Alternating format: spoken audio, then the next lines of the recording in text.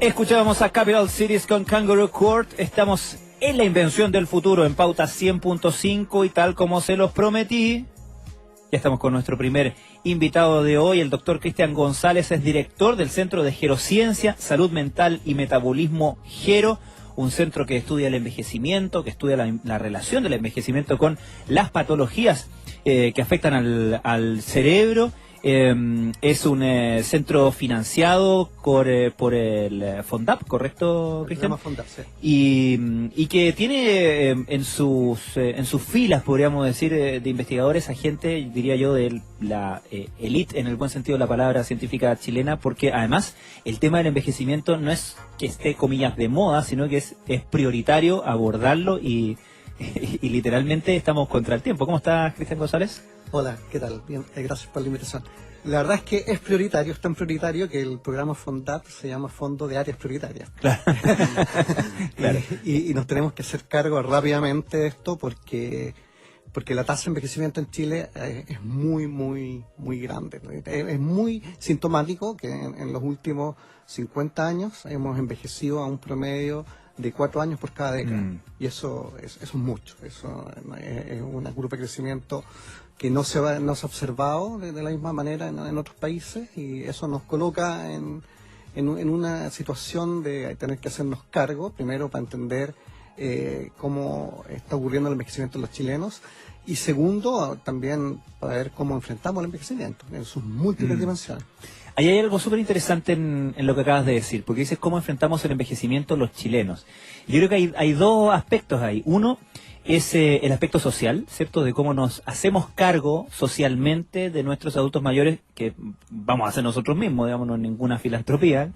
Y por otro lado, la pregunta de cuán diferente, cuán específico es el proceso biológico, el metabolismo del envejecimiento para distintos grupos de personas. Por ejemplo, los chilenos. En muchas áreas de la ciencia es súper importante tener como estudios hechos entre nosotros, porque nos sirven las verdades importadas, pero hasta cierto punto, ¿correcto? Eso es tal como tú lo dices, y de hecho aquí hay un aspecto que se deriva de lo que tú acabas de mencionar, y es que cuando tú piensas en definir políticas públicas, por ejemplo, políticas públicas de salud, la mayoría de estas políticas públicas son adecuaciones de estudios que se han hecho en cohortes de pacientes en Estados Unidos, en Europa, y no tenemos mucha información. Ha habido algunos esfuerzos en el pasado, pero no tenemos mucha información respecto de qué pasa con nosotros, con los chilenos, claro, y las cosas que nos aquejan a nosotros, entenderlas bien. Y por lo tanto, esa es una de las cosas que estamos haciendo en Gero, y es tratar de entender cómo es que los chilenos van a envejecer a través de un estudio de una cohorte, una cohorte de seguimiento de 3 años que vamos a hacer con 300 sujetos que son sanos, que están envejecidos y que refieren a pequeños deterioro cognitivo, para entender qué es lo que hace que al cabo de 3 años algunos de ellos desarrollen patologías que afectan al cerebro y cuáles no, porque lo que quisiéramos hacer es poder estratificar esa vulnerabilidad. Vamos un poco al detalle de eso, estas 300 personas que participan en este estudio. ¿Cómo llegan ustedes a estas 300 personas? ¿Cómo determinan que son representativas para lo que quieren estudiar? ¿Y cómo se hace en la práctica ese seguimiento? Sí, bueno, este estudio nos ha tomado un tiempo echarlo a andar porque hemos tenido que adecuar las miradas que se hacen en otros países a la realidad nacional, y aunque parezca llamativo, una de las primeras decisiones que se hubo de tomar es qué tipo de cómo íbamos a reclutar a la gente, que parece muy sencillo, pero no fue tan sencillo finalmente. Porque en estricto rigor lo que se hace habitualmente en un estudio clínico es invitar a las personas que van a los centros asistenciales, claro, y decirles si quieren participar en un estudio clínico. Que uno dice, señor, sabe que estamos estudiando, que si yo, gente con diabetes, claro, con hipertensión, ¿estaría usted dispuesto a participar en tal cosa? Exactamente. Claro. Pero luego, y esto lo discutimos mucho con colegas franceses, nos dimos cuenta que cuando tú haces eso, inmediatamente generas un sesgo, porque estás tomando una muestra de la población que es la que realmente manifiesta cierto interés por su salud. Claro. Porque ellos van a los centros de salud. Entonces decidimos reconvertir el estudio, y esto fue muy al inicio del proyecto, y diseñar un estudio en donde lo que hacemos es generar cuadras o sectores dentro de las 3 comunas en donde vamos a hacer el estudio, y al azar ir a buscar en cada casa si es que hay sujetos mayores de 70 años que se atiendan en el sistema público de salud, y si los hay, hacemos unos cuestionarios que hemos diseñado y que nos van a permitir ver cuáles de ellos pueden entrar al estudio o no, y posteriormente, evidentemente, ellos tienen que dar su consentimiento y mostrar interés. ¿Por qué se tienen que atender en el sistema público? Lo que pasa es que en el fondo este estudio está asociado al Hospital Salvador y queríamos que fueran 3 comunas cuyo núcleo base fuera el Hospital Salvador por la naturaleza de los investigadores clínicos que trabajan en el proyecto. Por lo tanto, son las comunas que comprenden a la jurisdicción, por así decirlo, del Hospital Salvador, ¿correcto? Exactamente, el sector Santiago Oriente. Entonces, perfecto. Son 3 comunas en las que estamos trabajando, que son Macul, La Reina y Providencia. Perfecto. Te lo pregunto también porque entiendo que cuando hablamos, por ejemplo, de problemas cognitivos, de deterioro cognitivo, uno de los factores que se ha determinado que son relevantes es, por ejemplo, el factor socioeconómico y el nivel educacional. Indudablemente, y es por eso justamente que el estudio es un estudio más bien holístico, que va a incorporar diversas dimensiones que van desde el aspecto propiamente patológico, en donde vamos a hacer una serie de test cognitivos que van a determinar cuál es el nivel que tiene cada uno de los sujetos de estudio, pero sobre esa capa vamos a ver capas de educación, capas de cómo viven, si la gente vive sola, si no vive sola. Hay una parte de la investigación que es muy interesante y es cómo se afrontan los problemas que la gente ha tenido a lo largo de su historia, para ver si el afrontamiento de los problemas nos da algún indicio respecto de cuán preparado está la persona para sufrir mayor o menor deterioro cognitivo. Vaya, ¿y ahí son entrevistas presenciales? Son entrevistas presenciales, tenemos un grupo grande de gente trabajando en el centro. En una primera etapa hacemos entrevistas en las casas, que las hacen psicólogos que están asociados al proyecto, y una vez que en estos cuestionarios determinamos que la persona cumple con todas las características, quizás la más importante es que no tenga ninguna enfermedad de base que pudiese afectar el desempeño cognitivo, les pedimos si quieren ingresar al protocolo, y una vez que ingresan al protocolo, entonces ya los citamos, los llevamos al Hospital Salvador, y es ahí donde se inicia quizás el estudio un poco más extenso, ya que va a involucrar toma de muestras, análisis de resonancia magnética funcional cerebral para ver cómo está el metabolismo cerebral. Vamos a tomar muestras también para medir el microbioma, por lo tanto es un estudio muy completo el que queremos hacer. Ahora, respecto de lo que mencionabas sobre la percepción de cuán preparado se está, cuán preparado está uno mismo, ¿no?, para enfrentar su propia vejez, es una pregunta fuerte que te haga sobre todo un desconocido que llegó recién a tocarte la puerta, ¿no? Indudablemente. Es interesante la interacción que se puede dar ahí, ¿no? Sí, bueno, fíjate que es buena la pregunta, y aprovecho de hacer el comentario porque evidentemente en un estudio de esta naturaleza, una de las primeras barreras que hay que vencer es justamente la desconfianza, que la gente le abra la puerta a personas que son desconocidas, que por supuesto llevan un uniforme, una credencial, que refieren ser psicólogos, que van a hacer un estudio, que está dentro de un proyecto de investigación, pero evidentemente esa es una barrera que hay que superar. Claro. Y una vez que tú superas esa barrera, la gente te abre la puerta. Posteriormente también la gente tiene que ver un poco cuál es la utilidad de esto, cuál es la utilidad, porque finalmente necesita motivaciones, ¿no? Exacto, porque les toma tiempo de partida, ¿no? Les toma tiempo y en estricto rigor, claro, lo que nosotros estamos ofreciendo es hacer un estudio muy acabado de la salud general de estos sujetos. Y por lo tanto, y es un estudio que, como te comenté antes, es holístico, por lo tanto, no es un estudio como el que podría recibir cualquier persona que haga un consultorio. Claro. Es mucho más acabado, involucra muchos parámetros, muchos profesionales distintos trabajando al mismo tiempo, y que esencialmente lo que pretende es, además, si nosotros identificamos que las personas tienen algún signo de deterioro cognitivo, los vamos a poder aconsejar y referir específicamente cuál es el especialista más idóneo que los puede tratar. Y ese es un área donde obviamente la detección temprana es muy relevante.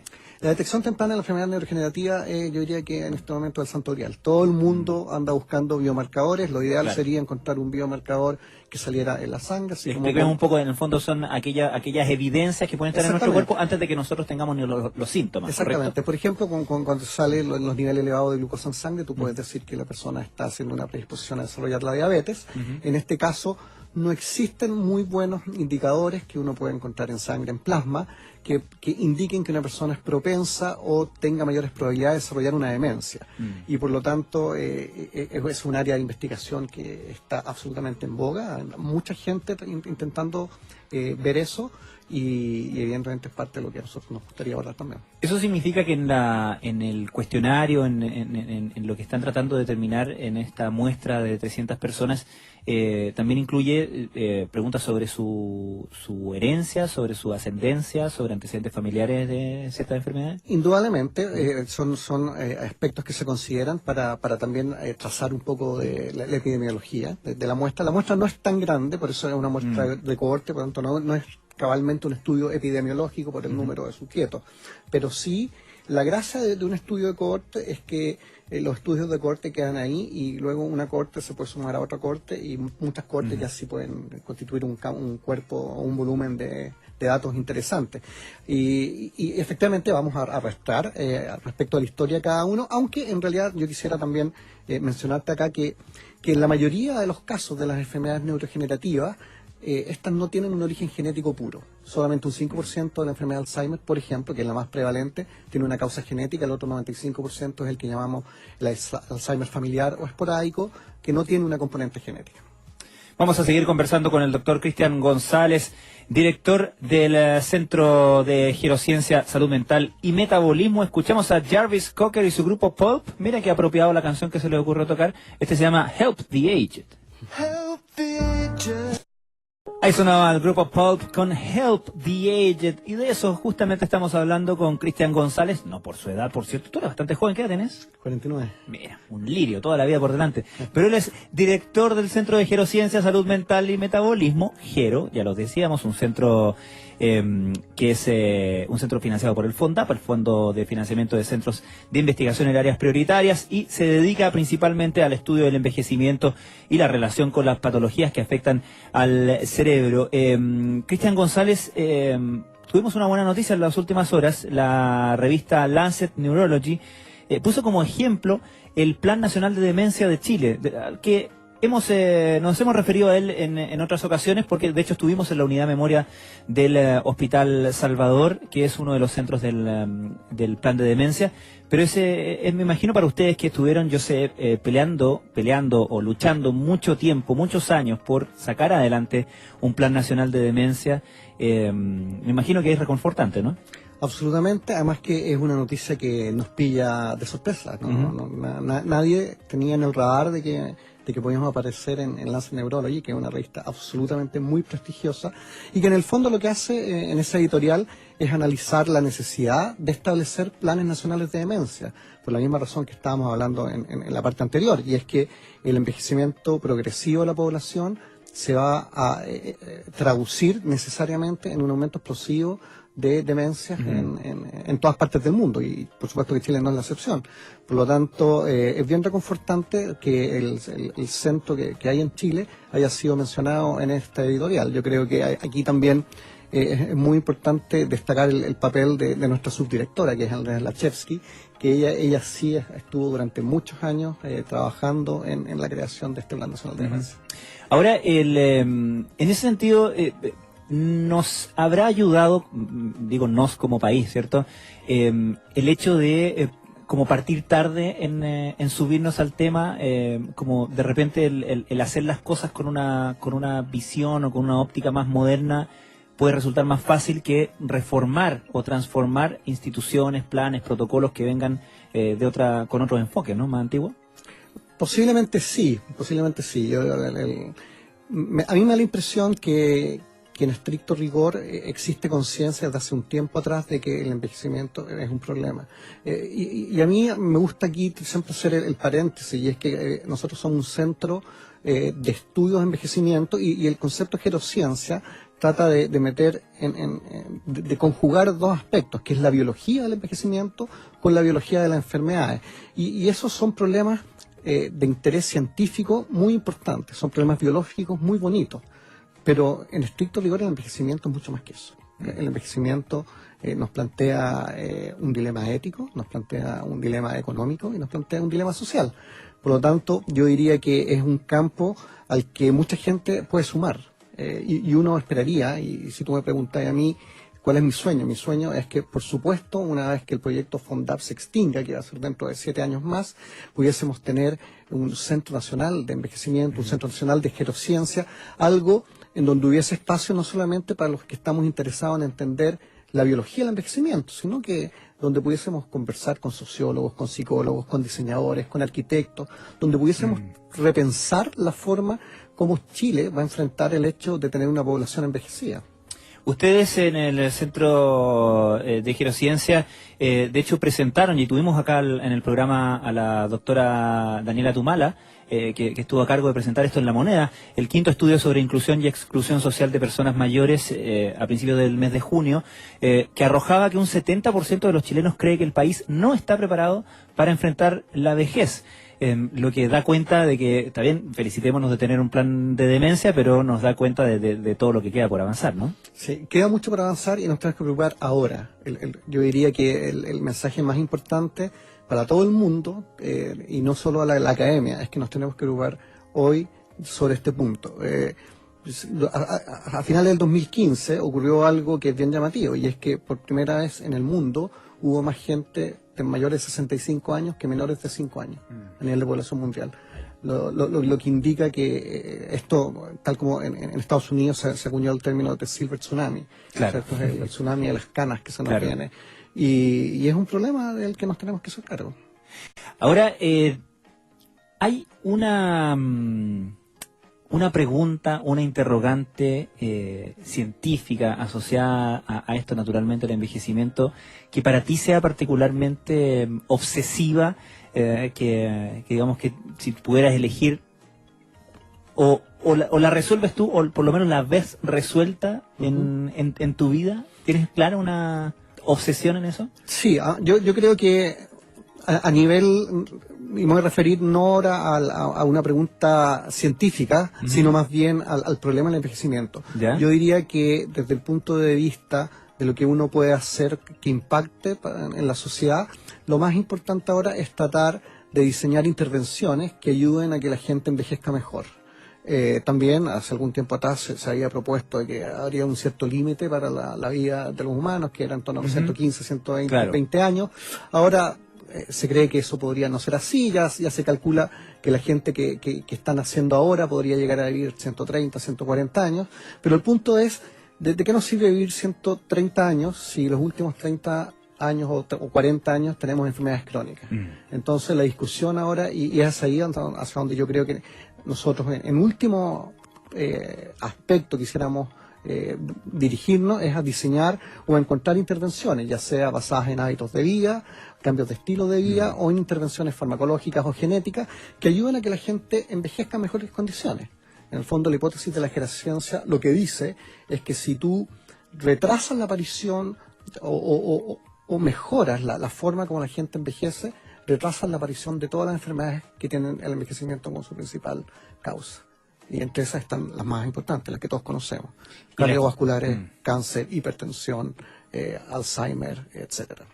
Y las que causan además más angustia y terror con la sola posibilidad de sufrirla. Por supuesto, sí. Y además todas estas enfermedades no tenemos que olvidar que finalmente tienen un impacto económico sobre las finanzas de los países y sobre las finanzas familiares que no son nada despreciables. Esas enfermedades que son sociales, porque en el fondo es el paciente y todo su grupo el que se ve afectado.